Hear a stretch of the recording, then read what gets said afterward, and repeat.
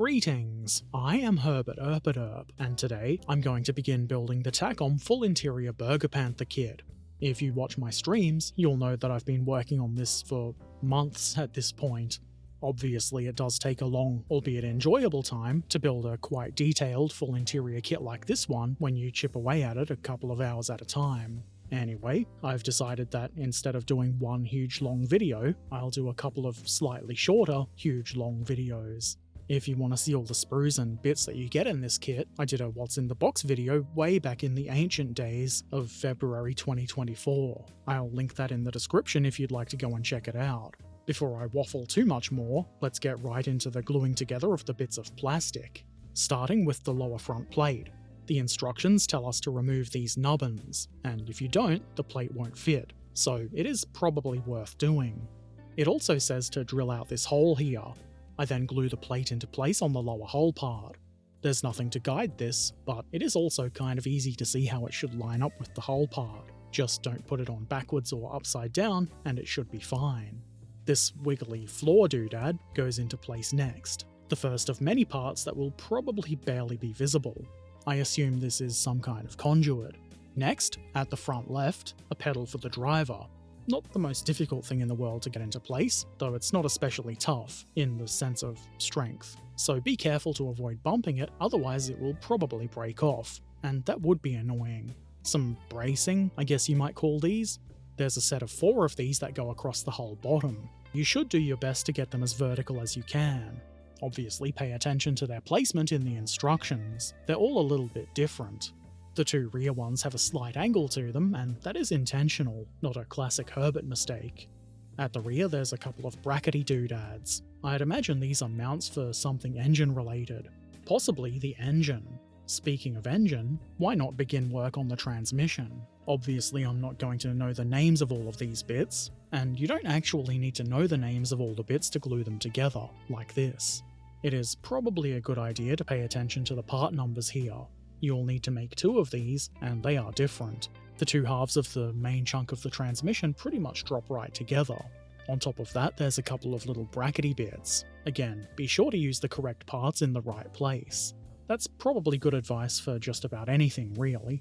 The little ring assembly from a few moments ago can then be attached to this thing, whatever it is. This is probably some sort of clutch or brake assembly or something. It goes onto the end of the transmission body like so. There are 2 of these, and they're slightly different to each other, so again, pay attention and don't glue them the wrong way around. Otherwise, the Bergepanther Transmission Enthusiasts Club will send you a threatening letter. Next, this thing, which also kind of looks like a clutch or something, can be mounted inside this mounting bracket. There's a couple of small detail parts that need to be added to this, and they are a bit fiddly, mostly owing to their small size. You'll probably find tweezers helpful here, and again, there's 2 of these that are pretty much the same, except mirrored. So different! Well, yes, but very similar. Next, another large chunk of transmission, consisting of 3 parts, is glued together nice and easy. There's a handle that gets glued onto the side of that assembly. The knobby bit that you'd put your hand on should sit over the indent on the side of the big chonk. These 2 sub-assemblies can then be glued together, which is pretty simple. Now that we've got most of a transmission together, why not put some controls together? This pedal assembly is a little bit fiddly and kind of delicate, but if you're careful, it isn't too difficult to put together. Next, I glue these 2 pieces together. This will form the part of the transmission that interfaces with the drive shaft. This small doobie what's-it goes here, nice and easy, and then this brackety bit mounts onto the end. There was a bit of play to this, so you've got to kind of eyeball it and make sure that it's straight. That assembly can then be attached to the rest of the transmission like so. Then, on the front left side, I glue the set of pedals into place. This is simple, though do make sure that it doesn't sag under its own weight before the glue bonds. Now it's time to work on the whole side parts. There's a couple of bits that have to be removed from both side parts. You can probably do a neater job than me, but I did get it done. You're probably not going to see the scratch marks anyway. I then add a couple of little doohickeys here. The instructions seem to want these glued together first, and then installed on the hull, but to me it seemed easier to put one onto the hull and then the other on top of that. Then this, what appears to be part of the final drive, is glued into place here. This little box goes here. It does box things. I follow that with some, I guess, shock absorbers of some sort. These ones have a sort of shield around them. The ones for the other hull side part are slightly different, though the assembly process is basically identical. Next, some more bracing. Probably not the right term, but whatever it is, there are 2 of these, and they've got slots in them, which makes it easier to kajigger them into the bracing that's already there. If you've got those in the correct place, it should be quite easy to get these into the right place too. I then install the transmission, which almost drops right into place. Not quite though. The hull bottom did have a little bit of a bend to it, and it does still have a bit of flex, which hopefully doesn't cause any issues.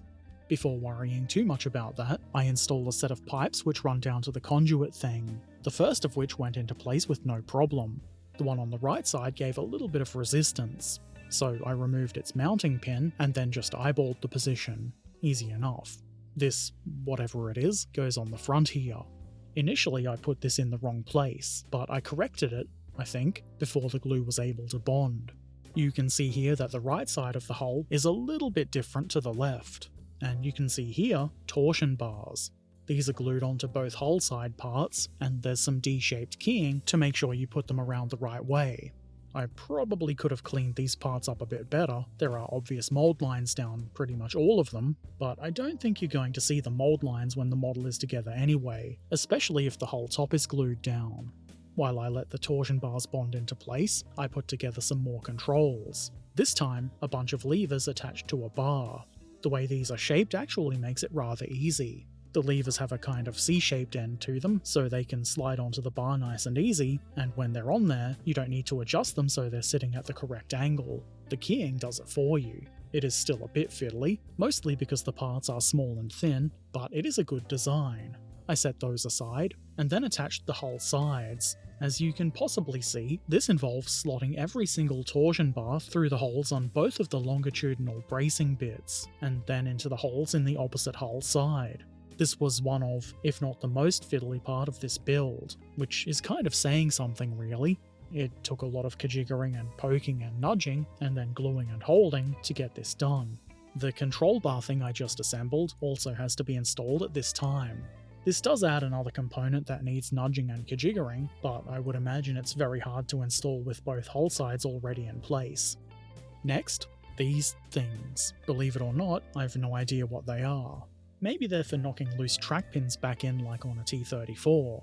Whatever they are, they're rather easy to glue into place. It made sense to install the suspension next, the first part of which is this little doodad here. It's some sort of bumper with a hefty looking bracket around it. There's another 2 slightly less solid looking bumper things, and these are all easy enough to get into the correct position thanks to the keying. I follow that with the swing arms. These are all really easy to attach, but they're not all the same part. The first and second from last are the same, and the second from the front is quite obviously visibly different from the rest. The other 5 are identical. It's probably not a bad idea to refer to the instructions if you're building your own Bergepanther. Eventually, I have all the swing arms in place ready for wheels. Here's the track assembly jig. You can see it's got holes for the swing arms, and it pretty much dropped perfectly in place. And that must mean I've done something right?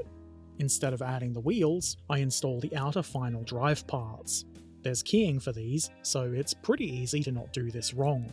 There's a small wheel that goes on the final drive casing, so it might be fun to put that on now. And if we're going to put one wheel on, why not put the road wheels on? Before we can do that, there's a few that have to be glued together first, and this is pretty simple. And then, it's really simple to put the wheels onto the hull. Obviously there are quite a few wheels, and to avoid confusion, you should probably reference the instructions to be sure you're putting the right wheels in the right places. Nobody wants an incorrectly wheeled Bergepanther. Ugh, just imagine.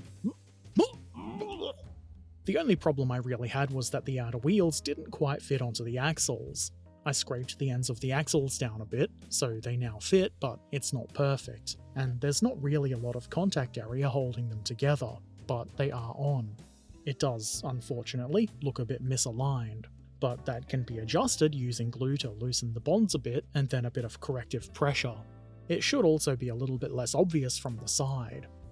I think the crew would probably appreciate something to sit on, so I assembled the seats next. The first 2 parts have a nice big guide tab, so that's easy.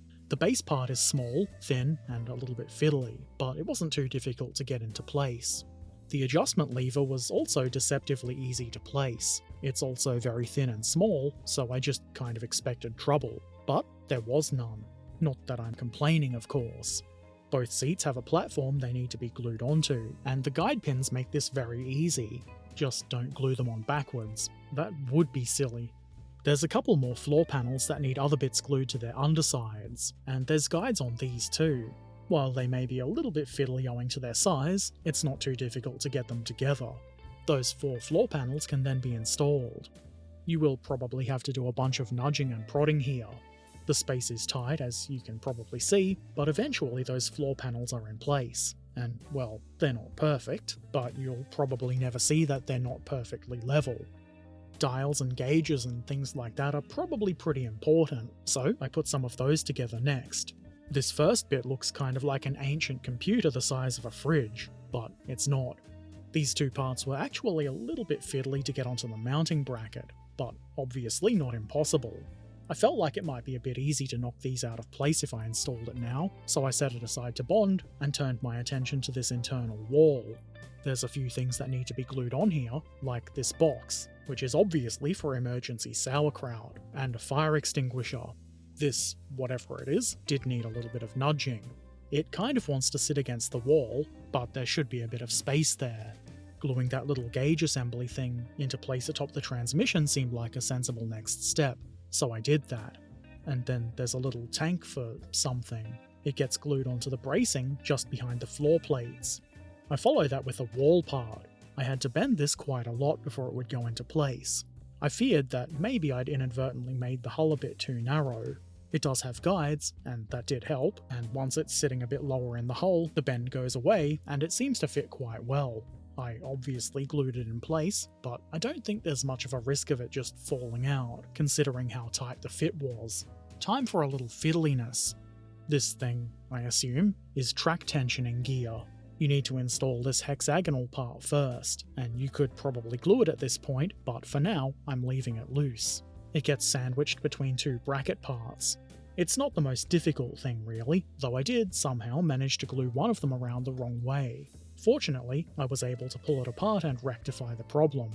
This is an inner wall part for the engine bay. I glue what I'm assuming to be a fuel tank onto this side, and then a little cap onto this part here. The little assembly I just assembled goes onto the other side of that. It seems like the top part of that should sit horizontally and not at some weird angle. Why not then install that wall? This didn't bend like the one just forward of it did, but it did need a bit of kajiggering. There are 2 of these, and the assembly is pretty much identical. In the crew area, I guess you might call it, I add 3 bits of stowage. I think they're stowage anyway. Clearly I've no real idea what they are, other than they are a little bit fiddly to get into place. You'll never believe it, but I don't know what these are either. They look like shelves with tiny little bottles on them or something. They're not too hard to install though, especially if you utilize a tweezing device. Idler wheel axle mount things come next. There's no keying for these, which is always kind of annoying with track sets that are, well, rigid and defined. It's not so bad when they're workable. These are not workable, they're link and length. So what I did was to put them in place, eyeball their position referring to the instructions, hoping they showed the actual correct position. I would really have preferred this was keyed. In hindsight, the track jig probably would have helped with this. At this point it's too late to try and see if it does, and it'll probably be fine. Time for drive sprockets. There are 2 outer sprocket parts to choose from. One of them comes with a separate hub bit, and the one I chose was a single piece. I've no idea what the significance of the different sprockets is, I just chose what I thought looked good because it doesn't really matter. It's also worth mentioning that the sprockets go together really easy. Idler wheels are also easy to assemble, no optional parts here though. The 2 outer ring parts are pretty much impossible to put on wrong, unless you put them on backwards or something. You can do that if you want, but I wouldn't. Hey everybody, it's engine time. This very well may have more parts than a real engine. First, we have these 2 parts, which go together very nicely, like most parts in this kit. And then on top, in this little hole, an oil cap. Be careful with this, it's very small, and the carpet monster would love to dine upon it. I follow that with this long bit, which I'm sure has a very important name. On the end there's an end of a hose or pipe or tube or something.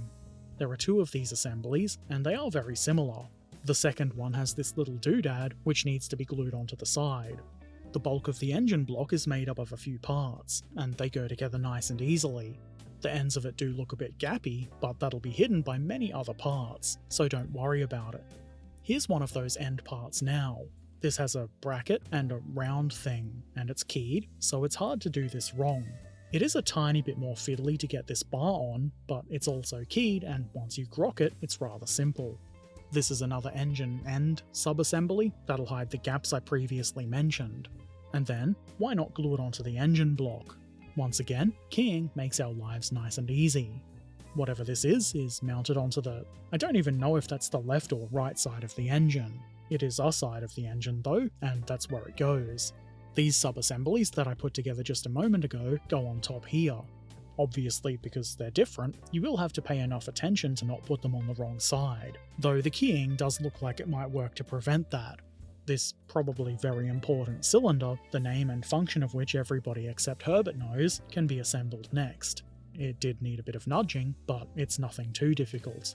There's a bit of hose that should stick out of it, and there's some helpful D-shaped keying here that takes away any guesswork. That assembly can then be glued onto the engine, which is definitely not a surprise. It's also definitely not difficult. There's another pipe that goes between this thing and the engine, and it was a bit fiddly to kajigger into place, but once again, tweezers saved the day. Why not put the other end assembly on now? This is as easy as it looks. Another pipe that joins that cylinder thing and the engine goes here. This one is more fiddly, even with the help of tweezers. This is another one that I cut the mounting pin off and eyeballed the position. It's got a tab that you shouldn't cut off, even though it does kind of look like maybe you should, but you shouldn't because that's a mounting tab for whatever this is. On the top, I can at least tell which end is the top. Between the two long doobie wangers, I glue this sub-assembly. The guide knobs make this simple, all you've got to do is put it around the right way. Here's a cap of some sort. This one isn't quite as tiny as the other cap thing was, but the carpet monster would still like it, so keep an eye on it and don't lose it. How about another sub-assembly? Is it a starter motor? Are you asking me? No, I'm being rhetorical. This other cylindrical device takes a tiny bit more work to get together. The parts are pretty small, so that's where the challenge lies. It's still pretty easy though, and it isn't really any more difficult to install. Our friend Tweezers make a welcome return, as does Mr. Gentle Pressure. Whatever this is goes here. It is looking rather engine-y, but there's more to add. This, I'm pretty sure, is exhaust related and is made up of 3 parts. There are 2 of them, and they're slightly different to each other, but not different enough to really matter.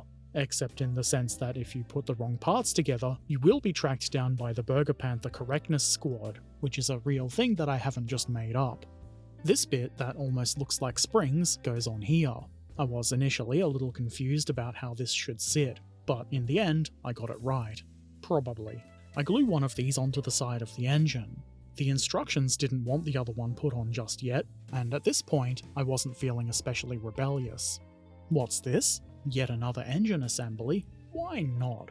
This involved gluing 2 things onto a plate that looks kind of like a face. Now it looks like a face with weird goggles. These 3 bits then go together, and they do so with no resistance. That can then be installed on the faceplate, so now it looks like it has a gas mask on. Oh yes, very imaginative, Herbert. On either side, we add a couple of, I guess I'll call them drive shafts. I've no idea what it is they drive, maybe the radiator fans. I set that aside because if I was to install it now, it would interfere with the next part, which is whatever these are. Exhaust-related pipes, maybe? Possibly something to do with sauerkraut. It wasn't, at least to me, 100% clear how these parts should sit. Looking at the painting guide actually helped quite a bit, so I think I got them close enough. Then the gas mask wearing face assembly can be installed here. These bits of very important stuff go on next, and there's one of these for either side. They do need a bit of nudging so the top of them will sit level. And then, to hide all of the stuff underneath it, I install this thing. There's a couple of small doodads that go on either side, and presumably more hoses will connect to them later. and then that second one of whatever this is goes on here. You can see this one is slightly different to the other one, and it was also slightly more fiddly to get into place. This thing is starting to look really complicated. It still requires more bits though. There's a couple of thin pipes that go on either side, and I thought these would be pretty fiddly. Turns out they actually weren't that bad. Still a little bit fiddly, but not swear word inducing.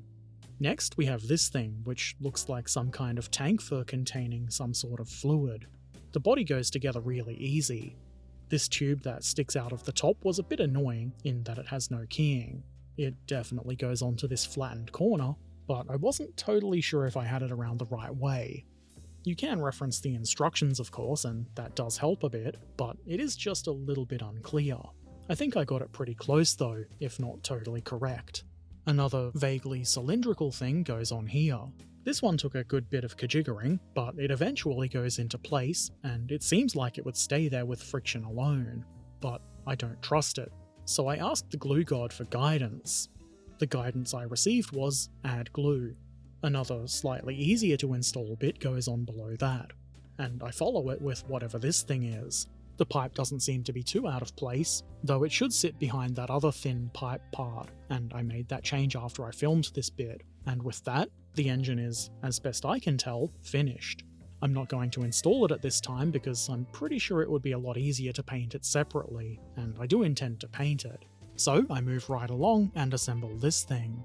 These small parts are keyed and fit together pretty well, though I did find I had to apply a bit more pressure than expected to get them together. I couldn't tell you what this is, but this thing here is what it will eventually be mounted onto. It needs this round bit first. I suspect this is related to turret rotation, even though the Bergepanther doesn't have a turret. On one side, a little doodad is mounted.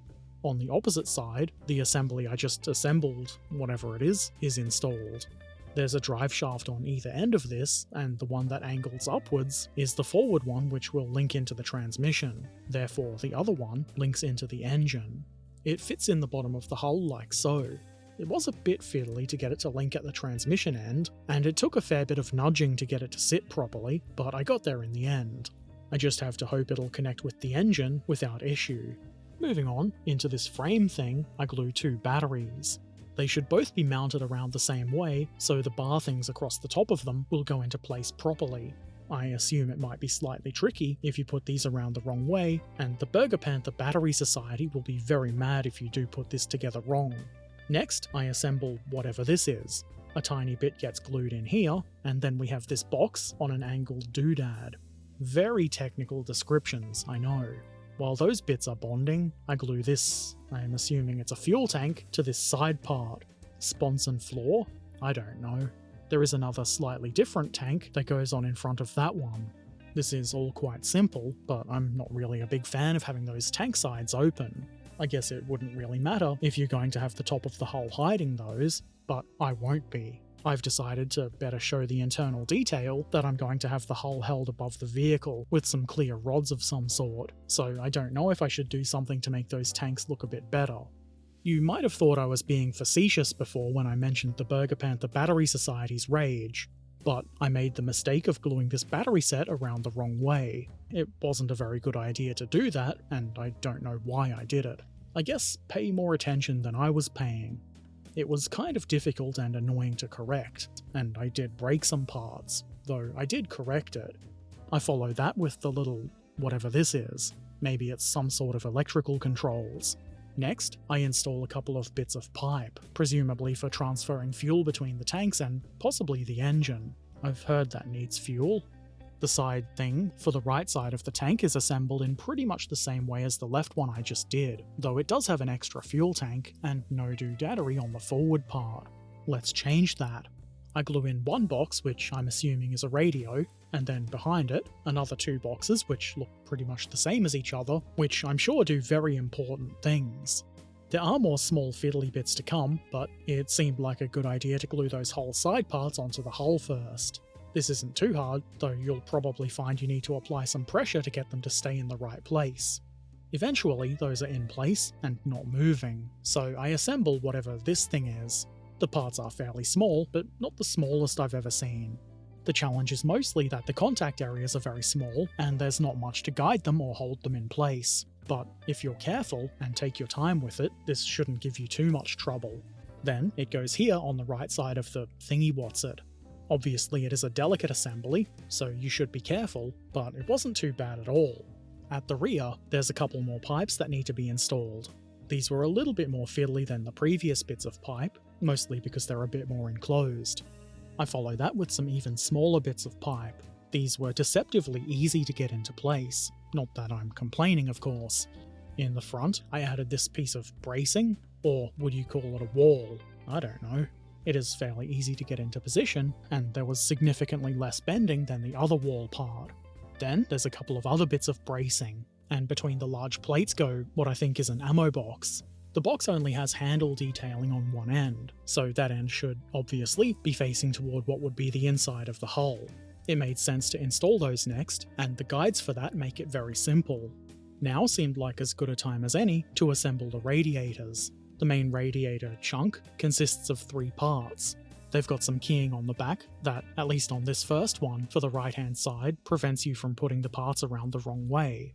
Installation involves the radiator part and a pair of vent conduit thingies. I don't know what you would call them, but they're probably pretty important. All of these components pretty much drop right into place. It is a bit unfortunate though that they will certainly hide that piping that we installed before. Here you can see the keying on the left radiator. It looks like it would be very easy to put these parts around the wrong way, but don't. Installation is the same as on the right side, except it's on the left. Next, I glue these 2 bits together. This looks like a padded seat part, though it may just be a step down into the driver's area. I'm not a Bergepantherologist, I have no idea. There are some tiny little guides on the wall part to help get it lined up nice and neat. It is a bit fiddly, as you might assume, but obviously it's doable. Now it's time to work on the whole rear. There's a few bits that need to be added to this. This round service hatch? I guess that's what it is anyway. It's keyed so you can't put it on upside down, unless you remove the keying for whatever reason. There's a pair of access doodads on either side. I've no idea what they're for, but they are easy to position. Onto the large round plate, I mount a couple of little doodads, which are clearly small and appealing to carpet monsters, which is just as good a reason as any to be careful with them. I add the exhaust pipes next. The only challenge here is that I had to apply a little bit more pressure than I was expecting, so not much of a challenge at all. At the bottom of the right exhaust cover there's a little bracket. It's possibly related to towing bars. And on the bit that protrudes from the right exhaust cover, I add this bit, which I believe is a convoy light. It's probably pretty important if you want to bring your Bergepanther in the convoy. On the inside of the rear plate, there's this little bit. As usual, I'm not sure what this is, or if it's going to get in the way of anything, but it is meant to be there, so it's there. Let's add more bits of piping. There's a couple of bits that go around the rear of the radiator conduit thing, one on either side, and another one that joins the 2 tanks on the right-hand side. This is only on the right side because there's only one tank on the left side. And for now, that's it. The lower hull of the Takom Bergepanther, in 35th scale, is relatively complete. As I probably already mentioned, there will be a couple of other little bits and pieces that need to be added. I've skimmed through the instructions and seen them. The instructions haven't told me to put them on yet, and clearly I'm not a rebel, sometimes. Anyway, it's fine, they can wait. I've clearly decided not to install the rear plate or the engine yet. The internal painting guide, which I think is a really good inclusion in the instructions, shows the engine is a different colour to the engine bay, so it's going to be a lot easier to paint that separately. There are some pipes and hoses that connect the engine to the rest of the tank, and those have been omitted too. The reason is probably obvious, but I'm pretty sure those hoses and pipes and whatnot would prevent the engine from going into place if I did install them before the engine. That's clearly not a good idea. As I'm pretty sure I've mentioned, I've decided not to join the upper and lower hull assemblies together. There's so much detail here, and I've spent so much time putting it together that it would be kind of sad to not have it visible, and I think even with all the hatches open, a lot of it would still be hidden. I'm going to build it with some clear supports to hold the upper hull above the lower hull, and maybe the whole rear away from the rest of the hull. That seems like a pretty fun idea to me. I haven't yet figured out the finer details of that, but there's plenty of time. At the time of recording, there's still quite a lot of work to be done on the upper hull, and unless you're watching this in the distant future, you can still watch that part of the build on my live streams. Despite the fiddly bits in this kit, I have been having a lot of fun building it, even though I have been joking about it being the kit that never ends. It is going to be a while before there's a second part to this build. As I just mentioned, I'm still working on the upper hull, but eventually it will be built, and once it's ready, there'll be a link to it around here somewhere. If you have any questions or comments, feel free to put them in the comment section below. Subscribe if you'd like to see more of this kind of thing, and if you really like what I do, or you want it to happen faster, consider supporting on Patreon or Ko-fi. Links are in the description. Take care of yourselves, be excellent to each other, and thanks for watching. Farewell.